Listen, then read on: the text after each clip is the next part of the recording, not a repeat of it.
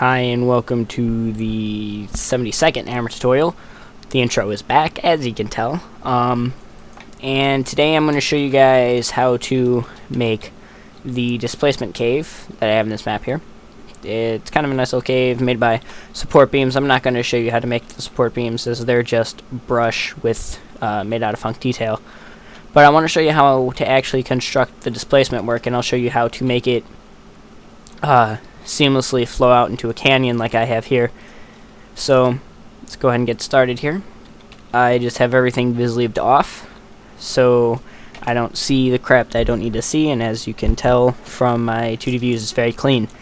To get displacements to not show their actual mapping on the 2D view, like how they actually look, you can click this little thing and it looks like a box with an M and a V in it, and that will toggle the display of displacements and models in your 2D views. You just want to leave that off for right now.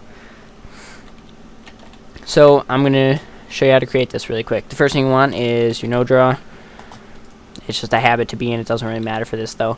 So for the front here, we see that it fans out because it makes contact with the concrete wall, so it doesn't really matter how that looks. But the first thing that you want to do is create a block. I want to mimic this exactly, so I'm going to make it 16 by 16, and then needs to be a box 16 by 16. It doesn't really matter how thick, and then you just want to take that and shift drag it to the top. It's just how I do things. And then create the sides, again 16 by 16. And what you'll want to do here is have the sides enter like that. So you don't want the top to be stretched over like that, because this will make the vertexes automatically be on grid for us. And then just stretch that. And now you want to group this. Now the next thing that you want to do is get a rough layout with these brushes of what your tunnel is going to be. So to do this, all I did was shift drag. Then you just kind of get a rough outline here by rotating these. Then you can just kind of get the idea of what you want to create here.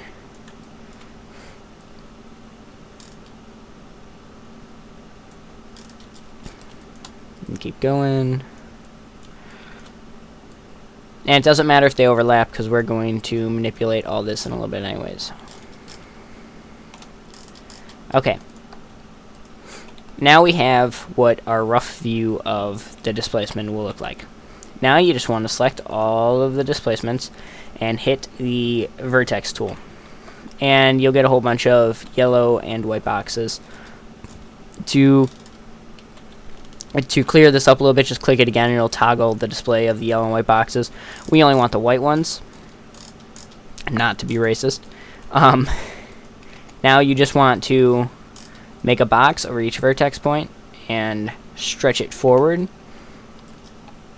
to meet up. Now there's a trick with this.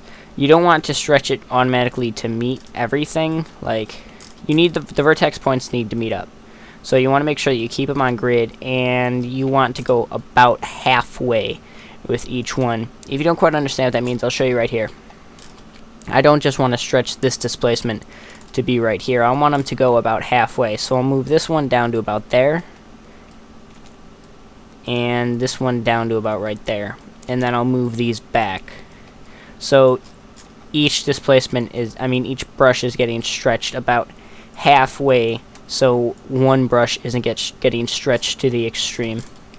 So I'm going to go ahead and do this really quick, and then we'll continue when I'm done.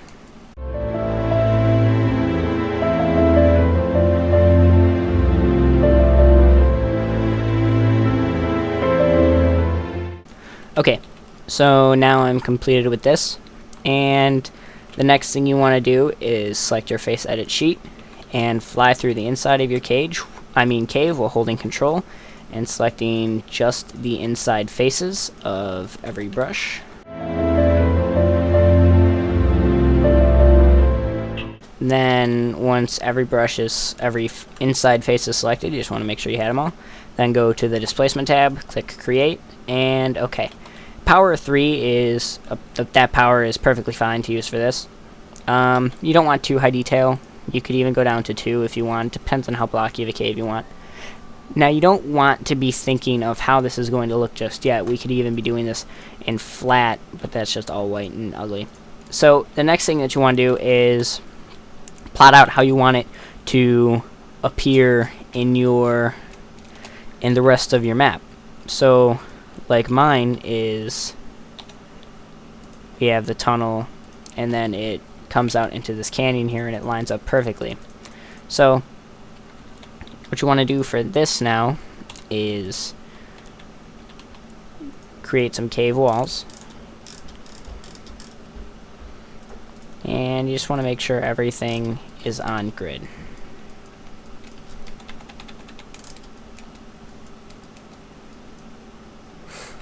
Now, I mean, you want to create some outside walls now.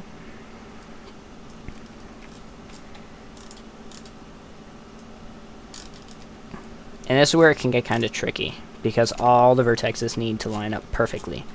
And copy that to the other side, and create a copy up above.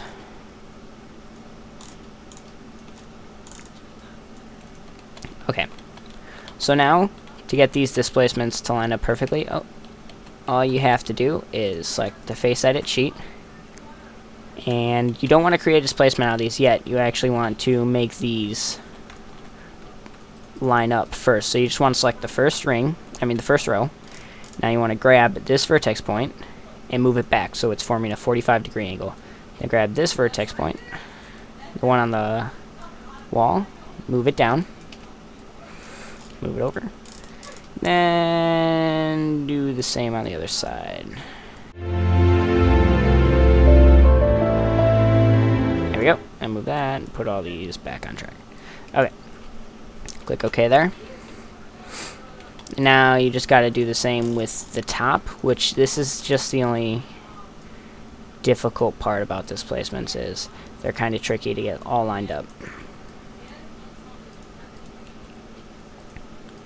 Now here's the ultimate test right here. You have to make sure that all 4 of these corner vertexes are on the exact same line. That's what's really tricky about this. Once they're all on the same line, though, I mean the same vertex, it's no problem whatsoever. Then all of them have to be like that. And then you can just create another brush wall over here and another one over here, and they will automatically all meet up. Now you just want to grab your face edit sheet again and create those with power 3. Now comes the subdivision of the tunnel.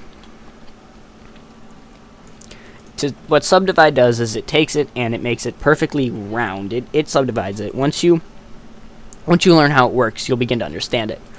But the first thing that you're going to want to subdivide is you want to select all these outside faces of the cave wall and the top, the left and right side of the inside. Then go to the Displacement tab and click Subdivide. Now what you'll see is that just curved it all inward, so it gives it a nice flow into the cave. Now you want to select the whole cave, bring this up again, and press Subdivide. Now your computer will most likely lag for a second. It's doing quite a few calculations. And now you'll see that you have a perfect tubular shape, except at the end. So that's the only thing there, because it subdivides them all together. This is what you get. Now we want to add some noise to our cave, which will give it the effect of rocks. So just come to the noise. I have found that you put in 10 for the min, 30 for the max. Now it looks really bad. If you don't like how it looks, then just go back and fiddle with it, 10 and 20. That's a little better. Now you want to go under the scale and set it to like 0.75. Press apply. It'll square it out a little bit because no tunnel is truly, I could say, tubular. So now on these outside ones, you just want to add some more noise. These ones you want to add less to, because we're not going to set a scale down unless you really want to. Set those 10 to 15. Now you just want to select all your displacements and click So. And that's what the lining up vertexes did. They made it so these could be sewn together, giving us that perfect flow too. Now, to create a displacement that looks convincing to blend into other textures, like I have here, we have the tunnel and the outside displacements. Where'd they go? Oh, there we go. These are created with 3 different textures, actually. There's the ground texture, the wall texture, and the second wall texture. So there's 3 total textures here. All they are is a world vertex transition that, if it will open, the world vertex transition that gives us 2 different textures and it blends them together. That's all it does. So, to apply these textures to look good, all you do is grab the one, and that's not the one I'm looking for. I want this one for alpha. This is the dirt one, so this one goes on the ground. And this is the second one that I want. So you just want to fly through and apply and alt click this onto the sides. So you select one side and then you alt right click, then you keep going all the way down like that. This will do the texture wrapping again that we learned about in the previous tutorial, and then you just want to do that to the top.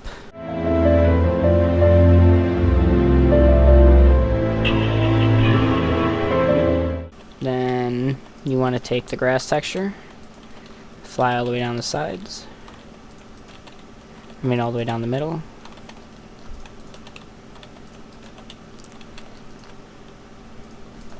And now you want to select the grass on the bottom,